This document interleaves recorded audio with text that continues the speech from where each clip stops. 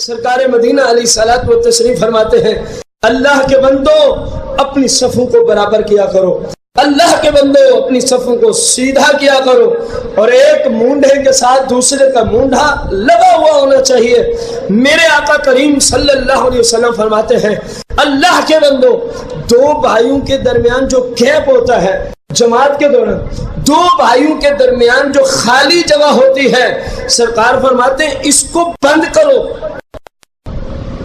خالی جگہ نہ چھوڑو۔ نماز با جماعت میں خالی جگہ کیوں؟ فرمایا جب دو بندوں کے مابین جماعت میں خالی جگہ پڑی ہو تو شیطان بھیڑ کے بچے کی مانند آ کے وہاں داخل ہو جاتا ہے۔ کیا ہو جاتا ہے؟ کون داخل ہو جاتا ہے؟ شیطان داخل ہو جاتا ہے۔ فرمایا اللہ کے بندوں ایک دوسرے کے ساتھ مل کے کھڑا کرو، درمیان میں خالی جگہ، کیونکہ وہاں پھر شیطان گھس جاتا ہے، وہاں پھر شیطان گھس جاتا ہے۔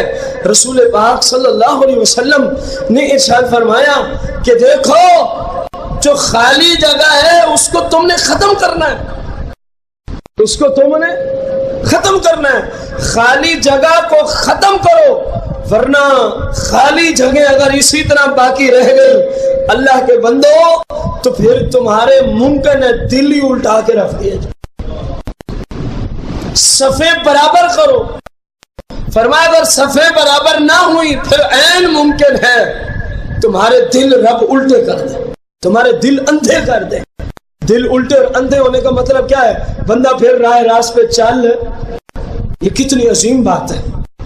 فرمایا جماعت اور دو بھائیوں کے مابین خالی جگہ نہ چھوڑو، مل کے کھڑے ہو اور صف کو بالکل کیا کرو؟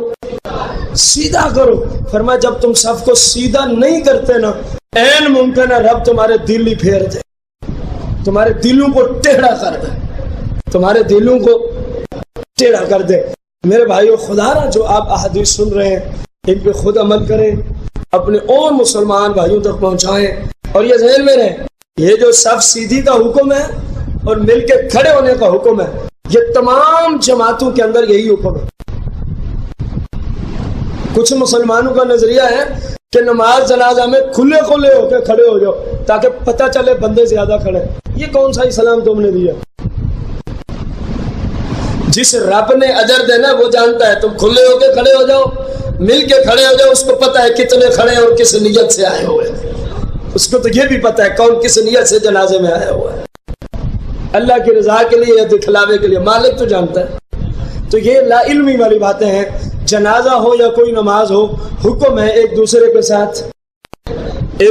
ساتھ، حتیٰ کہ رسول پاک صلی اللہ علیہ وسلم بسا اوقات جب جماعت کھڑی ہوتی، حالانکہ آپ کے شاگردان عظام جو علم کے پہاڑ اور سمندر ہیں، جو علم تقوی طہارت کے پہاڑ، اور سرکار اپنے مصلی امامت کو چھوڑ کر، غور کرنا، مصلی امامت کو چھوڑ کر اس آخری بندے سے لے کر اس طرف آخری بندے تک سرکار یوں ایک دوسرے کو پکڑ کے ان کی صف سیدھی بھی فرما دیا کرتے تھے، فرماتے تھے یوں کھڑے ہو جاؤ، اس طرح کھڑے ہو جاؤ، اس طرح مل کے کھڑے ہو جاؤ، یہ درمیان میں جگہ خالی ہے۔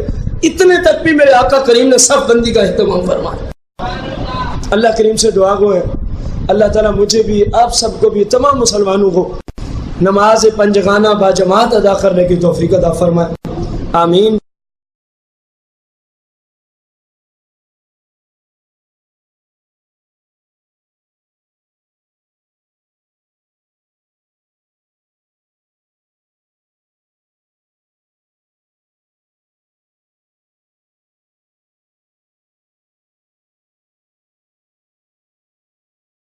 الصلاة